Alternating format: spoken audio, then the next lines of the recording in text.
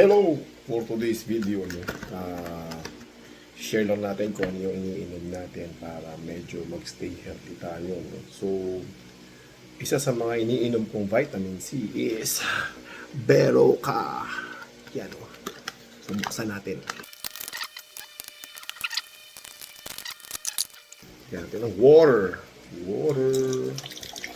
Yung water nasa inyo naman yan kung kaano kadami ilalagay nyo, no? Pero kasi ako mahilig akong magtubig ng marami, so pinupuno ko talaga siya. So yan, no? Angat siya, antayin lang natin na matunaw lahat. Fast forward. Ayun, finally. Ubus na, ganyan natin.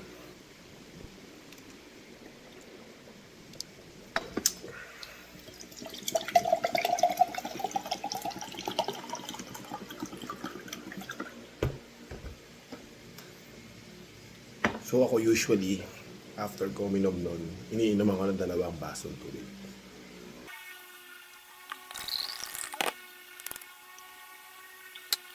Whew, sarap.